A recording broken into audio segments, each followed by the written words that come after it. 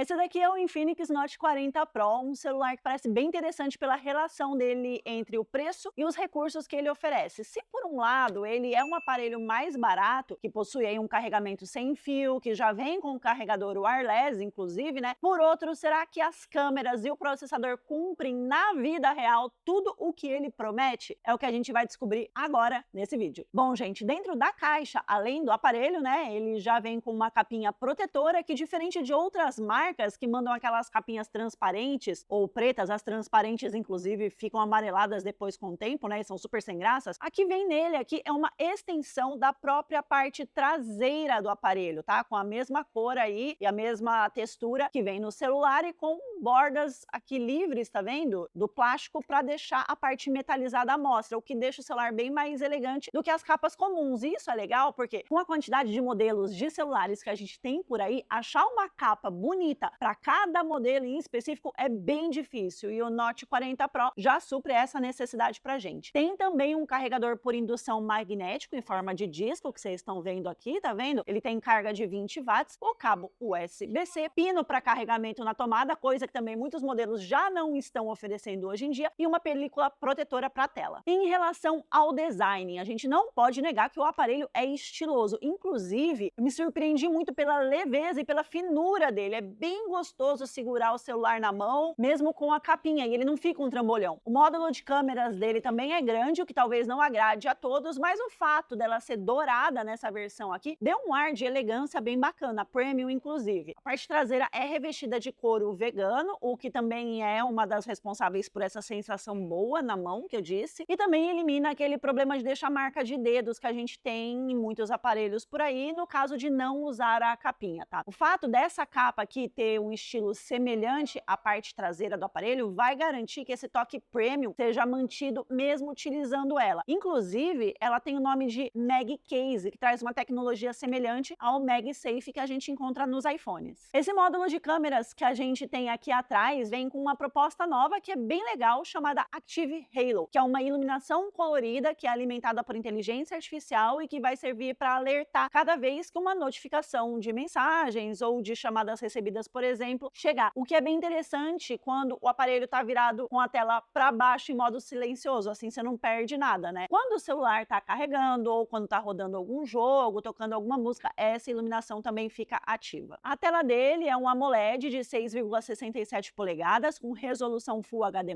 taxa de atualização de 120 Hz e brilho de 1300 nits, e que proporciona uma experiência bem satisfatória de visualização. As cores são vibrantes, os pretos deles são profundos, tá? E a gente consegue enxergar legal mesmo debaixo de luz solar direta, então botar o sol de rachar aí que você vai conseguir enxergar. O YouTube, ele consegue reproduzir os vídeos em HDR, mas na Netflix e nas outras plataformas de streaming não vai rolar porque a configuração máxima lá é a Full HD mesmo, tá? É limitado isso. Vamos para as fotos e vídeos desse aparelho aqui. A câmera principal é um sensor de 108 megapixels, que pode realmente chamar bastante atenção por se tratar de um número alto, né? Mas a gente precisa lembrar que a quantidade de megapixels não necessariamente significa qualidade de imagem. Aqui o resultado vai ser bem satisfatório, tá? Mas também não vai ser nada assim surreal, tá?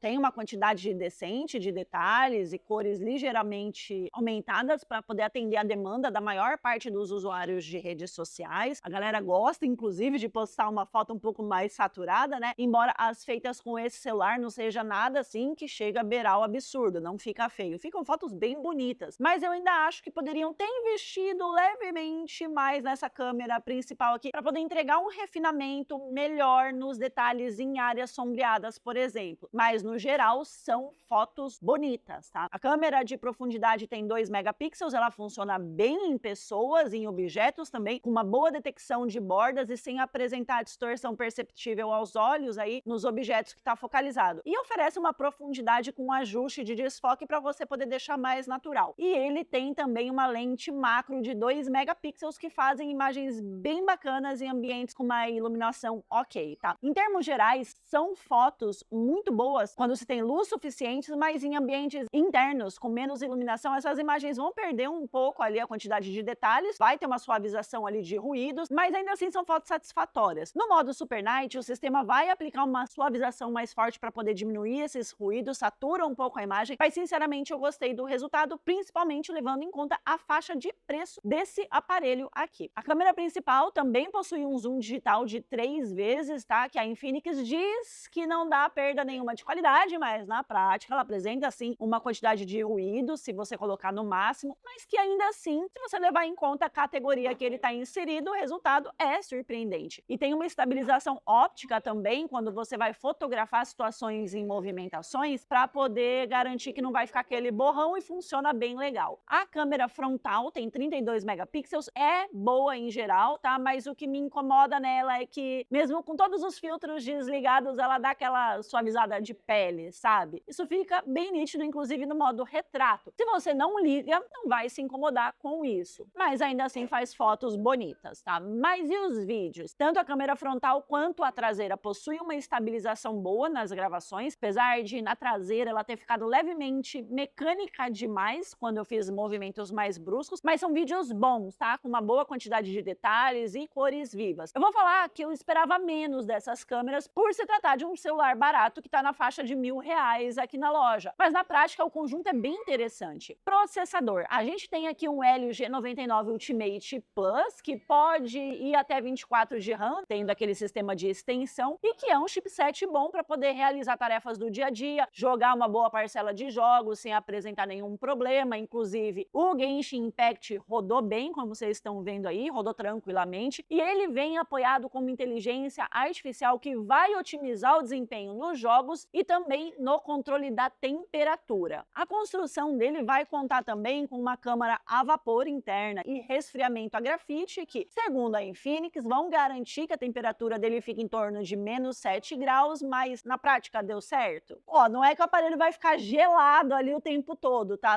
No momento em que eu testei, ele não apresentou elevação de temperatura significativa, mas também precisa levar em consideração que aqui na região que a gente tá com o aparelho, tá fazendo bastante frio. Tem dia que tá fazendo 7 graus, então isso também influencia bastante, mas no geral ele esquenta, óbvio que esquenta, mas não é nada que vai ser um absurdo também, tá? O processador se sai bem no tempo de abertura de aplicativos, se mantém tranquilo mesmo com vários abertos, você não vai enfrentar problemas com isso. Na verdade, segundo a marca, você pode ficar com até 25 apps abertos que você não vai sentir lentidão nem travamento no sistema. Na prática, eu não notei nenhuma dificuldade nesse sentido. Além disso, ele vem com uma assistente de inteligência artificial chamada Folex, que é apoiada pelo ChatGPT e que auxilia na hora de fazer as chamadas, tirar fotos e por aí vai, tá? Mas um ponto bem negativo dele é que ele não possui suporte à rede 5G de dados, o que pode ser decisivo na hora de você escolher comprar ele. Em contrapartida, ele tem NFC, controle remoto por infravermelho, tem um sistema de som estéreo que vai contar com speakers ajustados pela JBL, tá? E veja bem isso, porque não são caixas produzidas pela JBL. É um sistema ajustado pelos engenheiros dele e isso tem uma baita diferença. Mas ainda assim, na prática, entrega um som de boa qualidade, apesar de não ser absurdamente alto. Poderia ser melhor. A bateria dele é de 5.000 mAh, que conta com carga rápida de 70 watts na tomada e que suporta até 1.600 ciclos de carregamento sem começar a apresentar problemas. Inclusive, ele tem suporte por carregamento de indução, né? Ele já vem aqui com o disco e dá para utilizar o celular para fazer carregamento reverso de outro aparelho. Então você consegue usar ele como um power bank para poder carregar outro celular que também tem essa tecnologia aí, tá? Mas então, vale a pena ou não vale? Olha, aqui na Roma ele tá na faixa de R$ 1.060 mais ou menos, né? No momento que eu tô gravando esse vídeo aqui. Então, levando em consideração esse preço com a quantidade de recursos que ele oferece, como NFC, carregamento por indução, carregamento reverso e um design muito bonito, eu diria que vale muito a pena, assim. É um aparelho com preço acessível, com desempenho intermediário, que apesar de não apresentar o melhor resultado de câmeras, né, para celulares, nessa categoria de preço que ele está inserido, ainda assim são fotos e vídeos bonitos. As câmeras fazem um trabalho bom. Eu vou deixar o link dele aqui embaixo na descrição para vocês poderem conferir as cores, os detalhes, tá, os preços dependendo da quantidade de RAM. Não esquece de deixar o seu like aqui nesse vídeo, se inscrever no canal e ativar o sininho para não perder nenhuma novidade por aqui, tá bom? Beijo, gente. Tchau.